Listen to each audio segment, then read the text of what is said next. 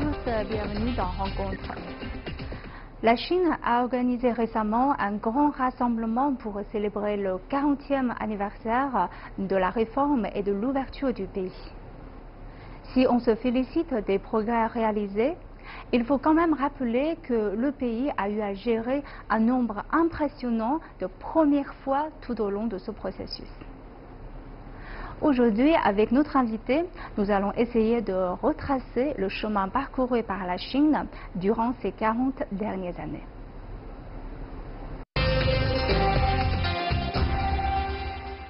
J'ai le plaisir d'accueillir aujourd'hui sur notre plateau M. Wu Zetian. Vous êtes ancien diplomate et vous êtes le témoin de nombreux moments clés de ce processus de réforme et d'ouverture de la Chine. Bienvenue sur notre plateau.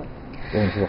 Alors, la Chine a organisé récemment ce grand rassemblement pour célébrer le 40e anniversaire de la réforme et de l'ouverture du pays. Quels sont les moments qui vous ont plus marqué durant cet événement? Alors hier, en effet, il y a eu une grande conférence commémorant cet événement important de la Chine, c'est-à-dire le lancement de la politique de réforme et d'ouverture. Au cours de cette conférence, il y a eu d'abord une récompense, une honorisation pour 100 personnalités qui ont contribué au succès de cette politique.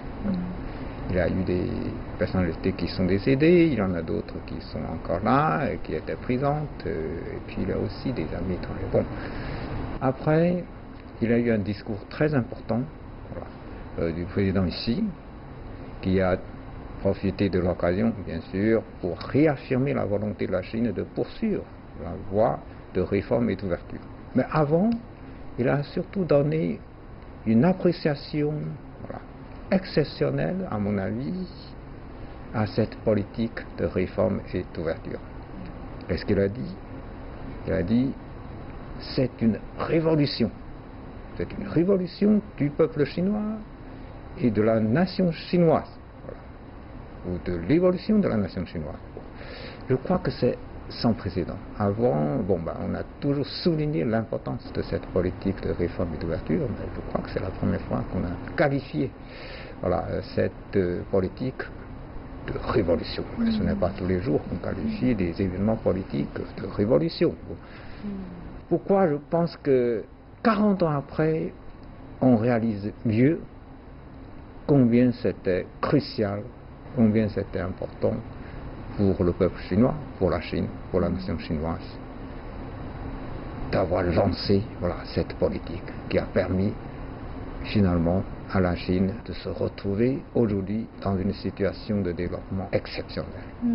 Effectivement, vous avez évoqué cette appréciation de cette politique de réforme et d'ouverture et j'ai remarqué qu'il a souligné aussi que cette politique marquait le grand réveil du Parti communiste chinois. Donc, je pense qu'il est important qu'on retrace un peu le tout début de cette politique et dans quel contexte a été opérée cette politique de réforme et de l'ouverture. Vous avez tout à fait raison de remarquer que le président Xi a utilisé une autre qualification qui est un réveil de conscience grandiose du Parti communiste chinois. À mon avis, c'est aussi la première fois. Donc c'est une qualification tout à fait exceptionnelle. Lorsqu'on parle d'un réveil de conscience grandiose en plus, mais cela sous-entend, avant, il y avait des problèmes. Il y avait des problèmes. En effet, l'année 1978, c'est une année qui a séparé justement deux mentalités, surtout au sein du parti au pouvoir, le PCC. Lesquelles? Alors, d'abord, une mentalité marquée par l'idéologie gauchiste avant 1978. Vous vous rappelez qu'entre 1966 et 1976, il y a eu une période qui s'appelait la Grande Révolution culturelle. Alors, rétrospectivement, qu'est-ce qu'on a constaté pour ce qui se passe durant cette période, c'était 10 ans d'agitation. C'est aussi le terme utilisé hier par le président Xi. 10 ans d'agitation qui a causé des conséquences négatives, catastrophiques. C'était aussi un terme officiel utilisé après la fin de la Révolution par le PCC, qui a fait le bilan. Alors, ce qui est toujours difficile à l'époque pour les gens, c'est de savoir est-ce qu'on était vraiment dans une voie correcte de développement. La réalité a montré bien que tout n'allait pas. Voilà. Sur le plan économique, sur le plan politique, sur le plan social, tout n'allait pas. Il fallait réfléchir sur la voie à suivre. Il y a eu des débats, surtout au sein de la direction du parti. Il y a des discussions, des débats, mais au sein de la population, on se demandait aussi où la Chine devait aller. C'était une période de confusion, surtout, comme j'ai dit tout à l'heure, c'était une période marquée par une idéologie gauchiste. Qu'est-ce que ça veut dire concrètement? C'était une ligne politique dominée par l'idée de lutte de classe.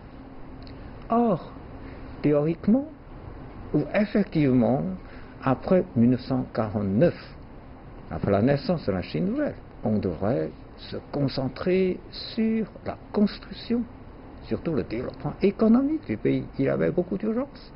L'industrialisation, par exemple, la modernisation de l'agriculture qui était urgente. Du coup, après la révolution culturelle, pendant les 2 années qui ont suivi, la Chine essayait de voir comment on pouvait sortir de cette situation. Comme le fardeau idéologique était lourd quand même, c'était pas facile de sortir complètement des idées gauchistes. C'est pour ça qu'il y a eu beaucoup de débats avant le lancement officiel de cette politique de réforme et d'ouverture, adoptée, une politique, une ligne politique adoptée officiellement, 40 ans il y a exactement, par le comité central du PCC. Avant cela, il y a eu plus d'1 mois de débat, toujours au sein de la direction du PCC. Il y a une réunion de travail de la direction du PCC qui a duré plus d'1 mois. Pourquoi? Pour discuter. Il y a eu des débats. Évidemment, il y avait des opinions différentes, même opposées. Bon, même aujourd'hui, il y a toujours des gens qui sont nostalgiques. Ça se comprend, mais c'est une minorité infime. Mais à l'époque, ce n'était pas aussi évident. Il y avait beaucoup de débats, et toutes ces discussions animées ont abouti finalement à la conclusion qu'il fallait réformer le système. Quel était l'état d'esprit des gens au début du lancement de cette politique? Et parce que, comme vous avez dit tout à l'heure, il y avait beaucoup de débats et que, je suppose, les mentalités des gens ne sont pas faciles à changer d'un jour à l'autre, même si on a annoncé cette politique. Mais comment les gens ont réagi au début? Mais comme vous avez dit dès le début que moi, je fais partie de la génération qui est le témoin de tout ce changement, nous avons l'avantage de pouvoir comparer ce qui s'est passé avant et ce qui se passe après. Je vais vous dire une chose, c'est que la majorité des Chinois à l'époque étaient favorables au changement. Parce qu'après 10 ans de révolution culturelle, après 2 ans de stagnation, on avait vraiment la conscience que ça n'allait pas, il fallait changer. Ça, c'est un consensus majoritaire parmi l'opinion publique et surtout parmi ceux qui étaient dans la direction du parti, comme je l'ai dit. Plus 1 mois de discussion qui ont finalement donné une conclusion qui correspondait à la réalité des choses et surtout au désir, au souhait de la population chinoise qui voulait le changement. Le président Xi a cité hier une célèbre phrase de Deng Xiaoping. qui peut refléter, voilà, très très bien la mentalité des gens de l'époque. Cette phrase, c'est « La pauvreté n'est pas le socialisme ». C'est une phrase simple, mais qui contient une philosophie très profonde. Et surtout, la Chine, depuis 1949, qui est un pays socialiste, a pour l'objectif de rendre le pays prospère, de donner au peuple chinois une vie meilleure dans l'abondance, parce que l'idéologie communiste, c'était une société égalitaire dans l'abondance, mais pas dans la pauvreté. Deng Xiaoping a dit, la pauvreté n'est pas le socialisme. Je crois que c'est l'idée de départ de cette politique de réforme et d'ouverture. Ce que vous avez souligné, c'est très important, c'est-à-dire que même si on ne sait pas qu'est-ce qui va se donner, parce que c'est une politique très nouvelle et même le premier dans le monde, je sais pas si c'est pertinente, mais les gens aspirent du changement et donc ça m'évoque beaucoup de pionniers qui ont été récompensés lors de ce grand rassemblement. On voit qu'il y avait beaucoup de premières fois. Par exemple, vous avez souligné tout à l'heure la question de la pauvreté. C'est très apparent d'abord dans la campagne et du coup on a vu que par exemple dans un village qui s'appelle Xiaogang, c'est le premier village à avoir essayé une nouvelle façon de distribution de la terre, mais à l'époque c'était une opération de grand risque et tout est dans le secret et les gens étaient un peu quand même un peu peur, tous les pionniers. Donc qu'est-ce qui s'est passé à cette époque? Est-ce que vous avez expérimenté d'autres premières fois à l'époque? Bon, je vais vous dire d'abord que l'expérience de ce village Xiaogang, d'ailleurs le chef du village a été récompensé hier. L'expérience, si ça avait été lieu quelques années plus tôt, ça aurait été tourné tout court. Ça aurait été certainement condamné. Bon.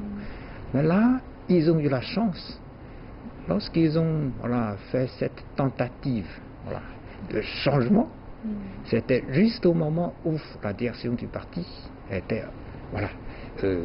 en plein débat pour savoir qu'est-ce qu'il fallait faire. Et peu après, il y a eu le lancement officiel de cette politique. Bon, ben, ils ont eu beaucoup de chance. Hein, bon. Mais c'était quand même un exploit, un geste audacieux de la part des simples paysans. Mais c'est vrai, à l'époque, il y avait d'autres initiatives qui ont vite suivi justement le lancement de cette politique.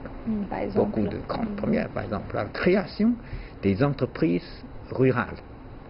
Avant, vous savez, la Chine était un pays dont l'économie était hautement planifiée avec l'idéologie communiste. Bon, après 1949, on a tout fait pour établir une économie hautement planifiée. On a tout nationalisé, il n'y avait plus aucune propriété privée.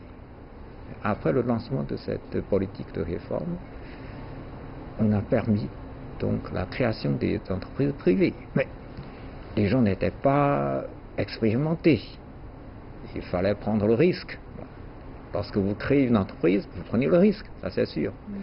Or, justement, dans une province voisine de ce village de Xiaogang, c'est-à-dire ma province, la province de Jiangsu, les paysans, eux aussi, ont commencé à s'aventurer dans la création des entreprises. Il y a eu beaucoup d'entreprises rurales créées par des paysans. Je suis le témoin direct de la création d'une entreprise rurale parce que c'était un de mes cousins au début des années 80. Il s'est lancé dans la création d'une entreprise. Ça m'a beaucoup surpris. Alors, c'était la première fois que je suis retourné dans le village d'origine de mon père. C'était en 85. Alors, j'ai rencontré mon cousin pour la première fois. Il était un paysan, mais il s'est lancé dans la création d'une entreprise. quelle était l'entreprise qu'il a créée? Ça a dépassé toute mon imagination. Ouais. Il a créé une entreprise qui fabriquait une pièce détachée de haute étanchéité pour les chaudières industrielles. Ben, je lui ai posé la question, vous étiez un agriculteur, mais d'où vient l'idée de créer une telle entreprise? Il a dit tout simplement, j'ai rencontré quelques techniciens de la ville tout près de chez nous, la ville de Shanghai, qui sont en retraite, qui sont spécialistes pour la fabrication de ce genre de pièces détachées de haute étanchéité. Ils ont proposé, voilà, cette aventure, et j'étais d'accord, comme j'avais la possibilité, voilà, de l'espace, parce qu'en campagne c'était possible, mais à Shanghai c'était pas possible de trouver. Ils ont réussi à faire cette entreprise. 40 ans après, voilà, pratiquement 40 ans après, je suis retourné dans... voilà, ce n'est plus un village, parce que c'est urbanisé, voilà, dans la région d'origine de mon père. J'ai rencontré à nouveau mon cousin. L'entreprise s'est considérablement agrandie, modernisée. Et je lui ai posé la question, est-ce que la crise financière qui a provoqué un peu de morosité partout dans le monde, y compris un peu de problèmes en Chine, est-ce que cela vous a posé des problèmes aussi à vous? Non, pas spécialement, il m'a répondu. Voilà. Apparemment, ça marche très bien. C'est un exemple typique. Voilà. Comment il était aperçu à l'époque quand il a créé cette entreprise? Est-ce que... Il n'était pas le seul. Il n'était pas le seul. C'est plutôt une atmosphère de création. C'est une atmosphère. Et d'ailleurs, le district, ou la ville aujourd'hui, le district de l'époque est devenu une ville parce que c'est tellement urbanisé, est connu justement pour les initiatives des paysans de se lancer dans la création des entreprises très industrielles, hein, pas forcément des petites commerces, non, industrielles. Voilà. Ils sont maintenant très riches, ces gens-là. Voilà, ils sont très riches. Voilà. Mon cousin, il avait déjà construit un villa somptueux, et puis bon, maintenant il a d'autres résidences, hein, avec l'urbanisation et tout. Ce villa somptueux que j'ai vu il y a à peu près 40 ans a été détruit à cause de l'urbanisation, mais il a eu d'autres logements, etc. Bon, le changement est incroyable. Le changement est incroyable. Vous voyez, donc il y a des gens qui ont pris des initiatives et qui étaient à l'origine de toutes ces grandes premières. Donc, c'est-à-dire que la politique, le lancement de cette politique a bien correspondu à l'aspiration de la population, et donc les gens se sont très bien mobilisés pour répondre à cette initiative. Tout à fait. Quelles sont les principaux difficultés durant ces 40 dernières années? Il y avait quand même beaucoup de difficultés, et comment ces difficultés ont été gérées, et est-ce que aujourd'hui il en reste encore des héritages ou des défis à relever? Les difficultés, il y en avait beaucoup, on peut imaginer. Déjà, la situation économique était très très difficile. On disait que c'était au bord de la faillite. Bon, il fallait faire la réforme. D'abord, il fallait casser ce système dit manger à la grande marmite. Voilà. Tout le monde était couvert par l'État, c'était très bien. Bon, tout le monde était couvert, il n'y avait pas de souci de mourir de faim. Bon. Mais en même temps, il fallait supporter la conséquence. C'est qu'il n'y avait pas la possibilité de créer plus de richesses avec l'ancien système. Voilà. Puisque les initiatives privées étaient étouffées. Bon. Mais pour réforme, quand on casse l'ancien système, surtout toutes ces entreprises publiques d'État, il n'y avait que le secteur public, il n'y avait pas... Bon, la réforme consiste à quoi? Il fallait carrément fermer des entreprises publiques qui n'étaient pas performantes, parce que qui étaient alimentées par la recette de l'État, et c'était pas tenable. Bon. Moi, je me souviens comme des chômages massifs. Voilà, c'est ça la première grande difficulté. Beaucoup d'employés des entreprises d'État qui ne fonctionnaient pas se retrouvaient au chômage. L'État devrait couvrir leurs besoins élémentaires, ça c'est sûr, mais ce n'est pas une solution durable. Et les réintégrer dans Voilà, c'est ça. Il fallait encourager les gens, voilà, les chômeurs, voilà, techniques, à créer des entreprises eux-mêmes, de se lancer dans les activités économiques. C'est vrai que je me souviens, il y a beaucoup de gens qui ont créé vraiment de petits commerces. Tout le monde n'était pas aussi chanceux ou audacieux comme mon cousin. Beaucoup de gens étaient frileux. Bon, ben, j'aimerais bien gagner plus d'argent en me lancer dans une petite activité. Donc au début, c'était surtout des petits vendeurs, voilà, qui qui achetaient des produits, voilà, d'usage quotidien dans les usines, surtout situées au sud de la Chine, et pour revendre, voilà, pour revendre dans d'autres régions, voilà, pour gagner un peu d'argent. C'était des petits vendeurs, mais qui se sont vite enrichis en faisant des petits commerces. Ça a encouragé les autres. Puis petit à petit, il y a eu des plus audacieux qui ont commencé à créer leur propre entreprise. Et petit à petit, ça s'est parti, avec une vitesse de plus en plus accélérée. Et aujourd'hui, le secteur privé en Chine est très très développé. Il n'y a pas que des petits commerçants comme au début. Il y a des grosses entreprises très connues, comme Huawei par exemple, une entreprise de haute technologie dans le domaine de télécommunications. Et surtout, il y a beaucoup d'entreprises d'immobilier qui sont privées. Voilà, vous voyez des grandes tours partout dans les grandes villes en Chine. Mais très souvent, la construction de ces logements, de ces grandes tours de bureaux, tout ça, ce sont des œuvres des entreprises privées. Voilà.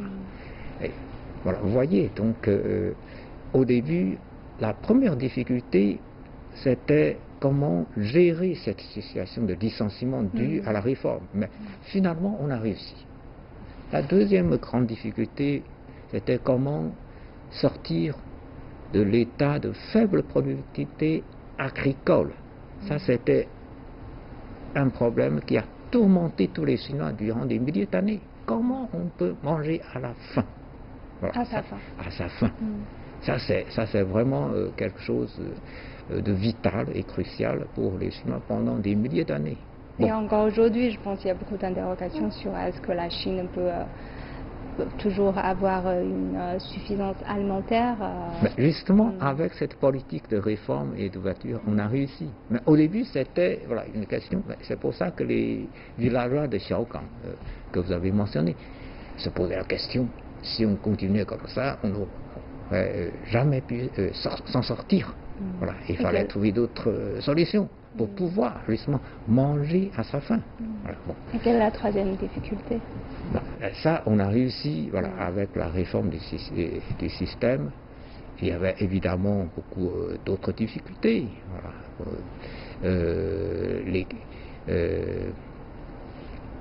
Le manque des fonds d'investissement. Voilà. Je vous ai dit, mon cousin, voilà.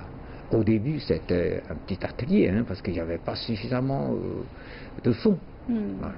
Les banques chinoises à l'époque n'étaient pas capables de donner des prêts à tout le monde, et surtout avec des sommes importantes.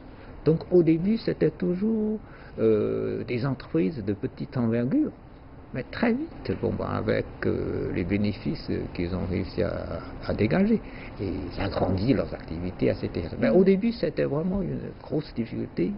Qu'est-ce qu'on a fait? Introduire les capitaux étrangers. Et de façon remarquable, pratiquement toutes les autorités locales de différents échelons étaient mobilisées pour offrir les meilleures conditions possibles aux investisseurs étrangers. Pour une perspective de cette politique, parce que lors de ce rassemblement, le président Xi Jinping a aussi évoqué le futur de la Chine. Donc, quelles sont les orientations de la Chine aujourd'hui? Mais je crois qu'à maintes reprises, voilà, surtout ces derniers temps, le président Xi a réitéré la volonté de la Chine de continuer à s'ouvrir. Voilà. Et déjà, on a fait beaucoup d'efforts, par exemple en réduisant le tarif douanier pour permettre plus de marchandises étrangères, voilà, d'entrer en Chine. On améliore nettement le climat d'affaires pour continuer à attirer les investisseurs étrangers. Voilà. Tout ça consiste à réformer davantage le système économique de la Chine. Bon. L'ouverture reste toujours une priorité pour la Chine. Cette année, nous avons organisé pour la première fois une foire internationale d'importation. L'année prochaine, il y aura la deuxième, et puis chaque année, il y aura toujours cette foire internationale d'importation. Tout ça pour permettre aux autres de venir en Chine. Voilà, des marchandises, des partenaires étrangers, voilà, sont bienvenus en Chine. Ça, c'est l'ouverture, aussi bien pour le commerce que pour les investissements. La réforme continue.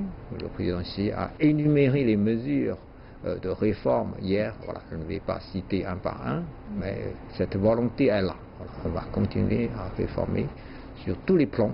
Voilà, il a bien dit la réforme sur tous les plans, aussi bien économique que politique, culturelle, sociale. D'accord? Donc la détermination est grande. Il a d'ailleurs dit ceci: nous sommes aujourd'hui à mi-chemin de notre construction, voilà, du pays. On ne peut qu'avancer. Si on n'avance pas, on recule. D'accord? Donc on a une très grande détermination pour continuer.